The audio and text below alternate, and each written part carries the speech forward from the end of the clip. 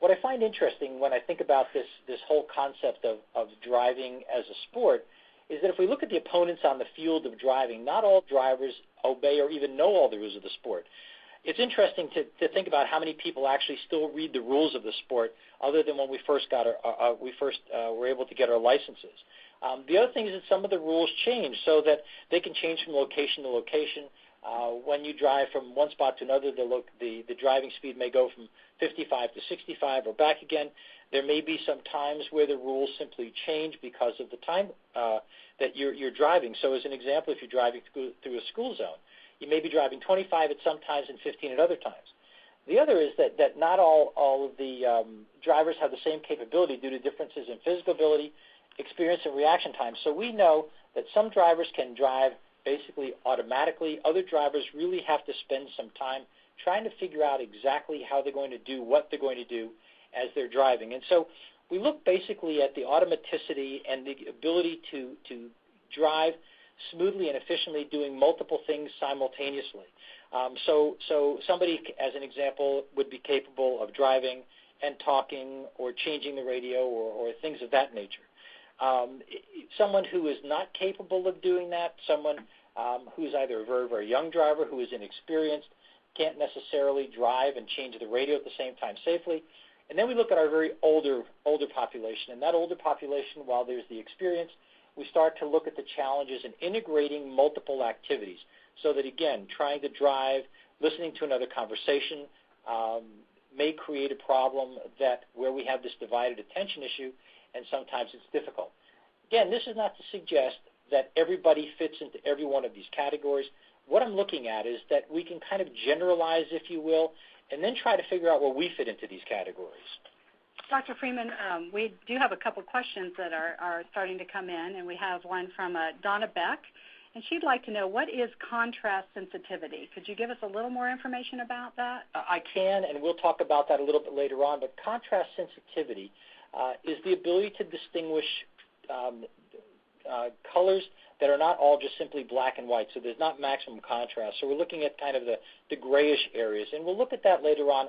We talk about things like driving in the fog or having people with cataracts who their contrast ability, the ability to distinguish things in the environment that used to be easy to distinguish, are a little bit more challenging. And Dr. Freeman, I was wondering if you could give us a little more information that you know about older drivers and vision. Okay, one of the things that we know, and again, it's interesting, based on some of the data that's out there, it seems to me, or it seems in some of the research, that older drivers with or without a visual impairment are rated as being less safe than younger and middle-aged drivers with normal vision. The reason I think, and there's some literature to support this, that as we get older, we start to have difficulty in processing speed and doing some things as rapidly as we did when we were younger. If we look at the ability to manipulate things and retain acquired information, we start to see some of those declines at about 60 to 70 years of age. And again, it doesn't mean everybody in that age group starts to see a rapid decline, but we do start to see changes that take place where we have to take a little more time and try to integrate the things that we're trying best to do, especially as it pertains to driving, which requires sometimes pretty rapid responses to some novel situations. Interestingly, there is research to suggest if we look at the group of drivers in the kind of the 55-plus age group, if we start to look at some of the areas that these drivers have difficulty with, there's a bit of a disproportion in the right-of-way driving and improper turning, improper lane changes. It looks like there's some confusion when we're driving, and a lot of this may in fact happen at intersections where there are multiple tasks going on simultaneously. So before, we have another poll that we're going to do, but I have a couple questions to ask you. The first one is from Charles Jeffkowski. I hope I'm saying that correctly, Charles. As seniors, the question is, I'm aware hard to refocus from dashboard to the road to mirrors.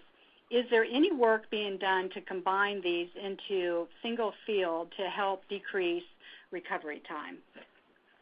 We'll say that one more time. Okay, so the question, as seniors, I'm aware that it's hard for people to refocus from the dashboard to the road to the mirrors. Right. Is there any work being done to combine these into a single field to help decrease recovery time? To the best of my knowledge, the best way to do that is with a current pair of eyeglasses that focuses not only for distance, which would be the distance part of the glasses, but the bifocal part of the glasses. So we can do that combination of things pretty much with a pair of eyeglasses. In some situations, there are contact lenses, multifocal contact lenses that one can use to try to help somebody to see at the various distances. Okay. And you may have just answered this, but the second question was, are there certain types of glasses that could be helpful for driving? Well, typically, bifocal lenses are good, especially for seniors. I wear a bifocal. Actually, there are two different types of lenses. I have a trifocal for 3 distances. There are some that are called progressive edition lenses that allow you to not only look at distance, but also they're graded down to something up close, and it allows you in either of those situations to get multiple distances from where you're sitting. Okay.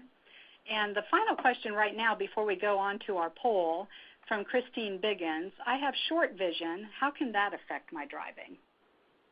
Well, it sounds like short vision is myopic vision, and someone who's myopic probably requires a pair of eyeglasses to be able to see far away. Okay, thank you. So keep those questions coming. These are really good, and I think from Dr. Freeman's expression, they're very good questions from the field. So this is great. So we're going to take our next poll, and again, just click on the circle so that we can get your responses. And this next question is to Dr. Freeman, what are the top risk factors for older drivers? So please just take a couple seconds to respond and hit the submit answer button. Okay, so I think the overwhelming response there was both environmental and physical risk.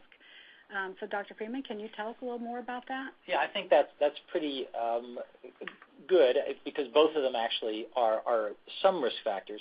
If you look there now, you can see that I think there are a whole host of environmental risk factors, but I would really like to concentrate on just 3 of those right now: night, glare, and fog. And so if we look at night driving as our first area of assessing risk, we know for the most part that fatality risks are higher in the evening.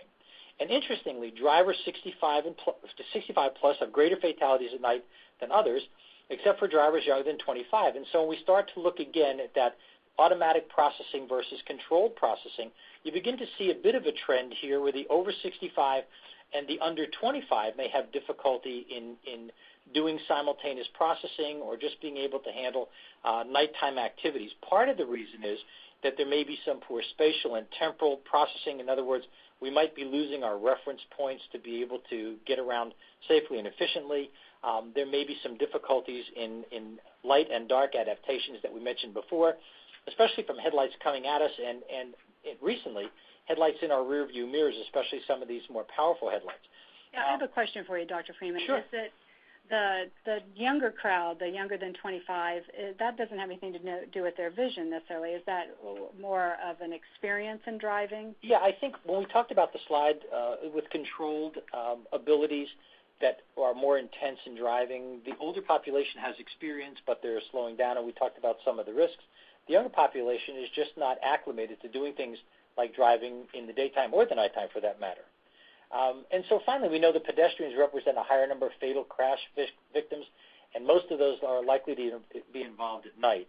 One of the interesting things that I find is that all of these things may be involved with overdriving our headlights because we drive in the daytime and we drive a specific speed. If we get that same stretch of road at night, we may drive that same stretch at the same speed and possibly overdrive our headlights. And so we've got to be cognizant of some of the challenges that we face when we're driving at nighttime.